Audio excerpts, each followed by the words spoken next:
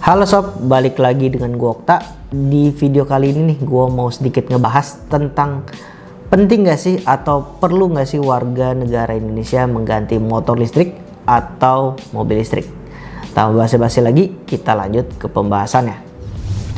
Oke, penting gak sih kita untuk mengganti motor listrik atau mobil listrik untuk sekarang ini? Kalau menurut opini dan pandangan menurut gua nih ya, penting gak penting, dikarenakan nih orang Indonesia nih memang cukup lama ya, termasuk gua. Jadi kita nih harus ada proses baru bisa berubah, berbeda dengan negara lain. Dan kalau gua kasih contoh lagi, kan nih Ridista nih ya, Ridista di tahun 2015 lah ya mulai online. Dan di 2015 itu untuk mencapai sehari sampai 5 orderan aja itu sangat-sangat sulit. Dan untuk jualan online tahun di 2015 itu di Indonesia sendiri itu belum booming sama sekali seperti motor listrik ini sekarang lah ya. Tetapi Indonesia tuh mulai boomingnya tuh sekitar di 2018 dan 2019. Jadi kurun waktunya tuh sekitar 4 tahunan nih ya. Jadi menurut gue sih pembahasan penting gak mengganti motor listrik sekarang, ya itu bisa gue bilang penting gak penting. Tapi kalau misalnya untuk masa depan, contoh 2 atau 3 tahun kemudian, menurut gue ini sangat-sangat penting. Karena Indonesia tuh the power of kepepet lah ya. Pasti ntar jikalau BBM udah mulai naik, nah ini sekarang udah mulai naik nih ya, kayak Pertalite itu udah nyampe 10.000 per liter. Dan itu masih disubsidi sama pemerintah. Bagaimana kalau misalnya pemerintah udah gak subsidi lagi? Kayak Singapura loh contoh, bisa sampai 20.000 atau 22.000 something lah. Apalagi di tahun 2023 ini dunia juga diprediksi bakal jadi resesi. Ya syukur-syukur ya Indonesia sih nggak kena. Ya walaupun kena, dampaknya tuh gua harap sih kecil banget lah ya. Karena BBM udah naik terus kena resesi lagi, bakal jadi anjlok banget lah semuanya. Dan juga tahun demi tahun bahan-bahan juga bakal naik terus. Dan gua kasih contoh kecil nih ya, untuk bakmi di depan gua kayak abang-abang itu dulu gua masih ingat banget dia jual tuh di 10.000. Dan setelah sekarang nih ya BBM naik, dia langsung naik ke 12.000. Walaupun hanya 2.000 itu, tapi itu 20% itu tuh gap yang sangat gede loh ya. Jadi dari 10.000 ke 12.000. Nah, andai kata nih ya, Pertalite kan sekarang 10.000 nih. Kalau misalnya dia naik ke 12.000 atau ke 15.000, gue bukannya ngedoain si Pertalite ini naik dari 10.000 ke 12.000 atau bisa naik lebih tinggi. Berarti kan subsidinya udah nggak ada tuh. Nah, motor listrik ini sih menurut gue ya bisa jadi rekomendasi kalian atau solusi kalian buat mengirit BBM. Jadi sisanya nih ya, misalnya dulu kalian mengeluarkan 1 bulan keluarin 1 juta, untuk di motor listrik kan hanya 100.000 lah ya. Nah jadi 900.000-nya itu kalian bisa buat keperluan yang lain. Jadi motor listrik ini menurut gue untuk masa depannya sih sangat cerah dan solusi buat kalian untuk mengirit kebutuhan kalian. Nah sob, ini ada salah satu komen yang menarik di video sebelumnya ini yang direview oleh si Dimas Setiawan, dan ini di video motor VR Q1. Nah ini sangat menarik ya menurut gue bacain nih. Ini di Badara Woody Gaming.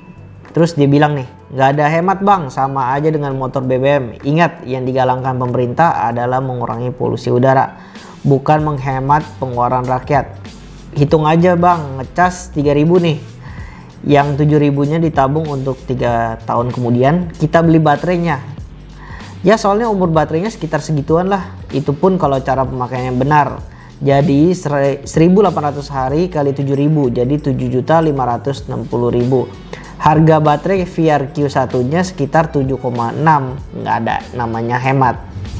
Oke sob, ini gue bakal ngebahasin komen dia. Yang pertama nih ya, untuk motor listrik sendiri dia bilang untuk mengurangi polusi udara. Iya, itu gue sangat setuju banget. Dikarenakan Indonesia ini, kalau menurut sumber dari Detikcom ya yang gue baca, Indonesia tuh di seluruh dunia ya, Indonesia termasuk di peringkat 10 besar, yaitu di peringkat 9 dunia. Nah, kalau misalnya kalian mengganti nih dari motor kalian bensin berubah jadi listrik, jadi sebenarnya kalian tuh menyelamatkan Indonesia ini jadi dari polusi. Jadi Indonesia tuh bisa mengurangi polusi udaranya lah. Karena menurut gue dari seluruh negara Indonesia masuk di peringkat 9 itu berarti kita tuh setiap hari berarti nyumin polusi udaranya itu banyak banget, dan bisa otomatis buat kesehatan kita juga kurang baik. Dan yang kedua, gimana nih buat cara dapetin harga 3000-nya? Nah, ini menurut VR-nya sendiri ya. Jadi VR Q1 yang long, yang baru, dari 0 sampai 100% itu, dia itu kena 2 kWh. Nah, 1 kWh itu kalau dikonversikan ke rupiah, jadi 1350. Jadi kalau misalnya 2 kWh itu 1350 tinggal dikaliin 2, jadi totalnya 2700. Nah, kenapa gua buletin jadi 3000? Biar gampang lah hitungnya. Jadi buat ngejelasin orang-orang juga lebih gampang. Sebenarnya lebih murah lagi karena 2700, jadi kalian bisa saving 300 perak lagi. Oke sob, ini kita lanjut baca komen yang tadi ya. Untuk yang 7000 itu dia bilang kan ditabung 3 tahun. Oke, gini, mungkin maksud si masnya tadi itu ngecasnya 3000 terus sisanya 7000 ditabung dengan asumsi biaya Pertalite sekarang yang 10.000. Menurut gue sih itu nggak apple to apple ya, karena Pertalite sekarang disubsidi sama pemerintah. Nah, kalau mau apple to apple menurut gue dengan bensin yang Vivo itu kan nggak ada subsidi sama pemerintah di Indonesia ya. Nah, itu tapi RON 89 aja kena di 11.600. Sedangkan Pertalite itu RON 90. Nah, jadi kalian bisa bandingin nih. Kalau RON 90 mungkin harganya bisa di 12.000 atau 13.000. Jadi perbedaannya bisa 15% lebih.